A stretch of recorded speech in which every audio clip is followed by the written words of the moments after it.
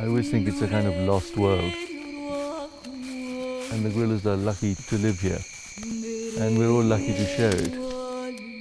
But we must share it in a way that preserves it and does not destroy it.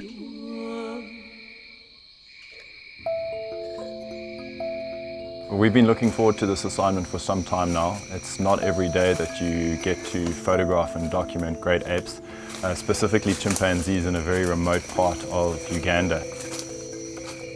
Chambura Gorge is the heart of Queen Elizabeth National Park. It's a tiny gorge with a very special ecosystem with chimps and wildlife and the river running through it. The apes are our nearest cousins, the chimp and the gorilla. There are very few of them, but the decline in the chimp population is huge. There are 27 chimps today isolated from other neighboring forests. Previously, they were connected to them by corridors because the forests connected. Now they don't. Potentially they'll die out because they do not have enough of a reproductive pool to grow. Just walked down into the gorge from the open savanna. We heard chimps earlier during the briefing, and the chimps were actually located last night at around 6 p.m. where they bedded down, and we're going to that last position to try and see if we can at least pick up their tracks and hopefully relocate on the troop.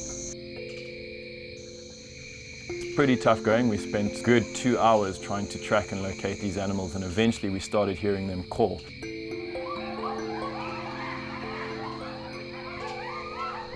We've just heard the calls. First time we've heard the calls this morning. They're about 3 kilometers away, give or take.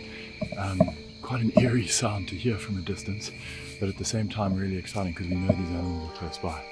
So our chances have just improved.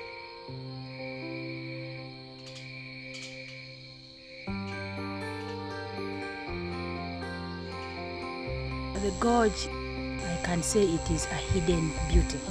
Being the only underground forest that we have here, it's such a unique place to be. However small it is able to host the chimpanzees. It's a family that needs to be rescued.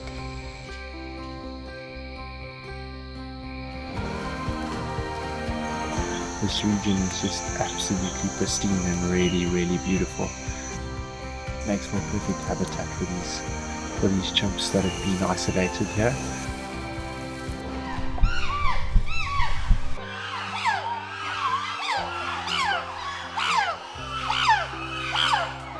So we've got chimps all around us, and a couple of them have just crossed over ahead of us.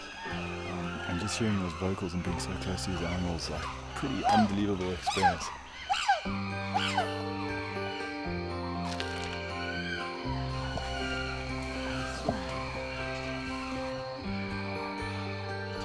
Chimpanzees are very interesting animals. They don't want you to see them, but they are curious about you. You're connected, you know each other, you have a common past. It's an amazing group of animals. If we are to ensure that the great apes survive, is that they have habitat. There's about 1,000 mountain gorillas left in the world today. The number has stabilized and grown, so it's a great success story. But habitat is under major pressure. In my experience, the future of wildlife and wilderness does not lie in the hands of government, does not lie in the hands of the private sector or conservation organizations. But the key player in this paradigm are the communities. It's a simple chain. If you want to save the great apes, focus on communities.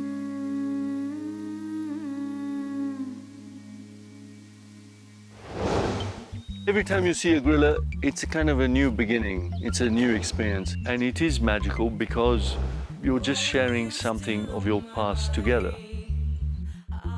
So we've just crossed into Virunga National Park, and sheesh, what an atmosphere. We're getting ready to see if we can track down 4 silverbacks. I think they were last located about an hour's walk from here, so we've got fingers crossed and we're hoping to get some awesome content today. These are what they call habituated gorillas.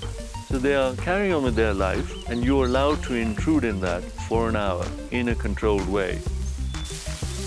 When you look at a gorilla, you're seeing something of yourself. The emotions inevitably are strong, aren't they, for all of us? Just need a moment with the gorillas and light, and he looks up, eyes beautifully lit. It's never going to be perfect, but this is still amazing, amazing, amazing. He's positioned himself perfectly for us. He's sitting in the light and he's feeding on some foliage. Look at this little guy. And it's just, I mean, you just can't relive moments like this. These gorillas have been there forever, but so have been the Batwa. The Batwa are one of the oldest indigenous peoples in Africa. In the colonial period, of course, national parks were created to preserve wildlife. But in the end, the Batwa have had to leave the forest without any rights, without any compensation, without any land. They've become what is called conservation refugees. If they're not going to benefit from the gorillas, from the forest, they have no reason to support it. We cannot just have parks that look after wildlife.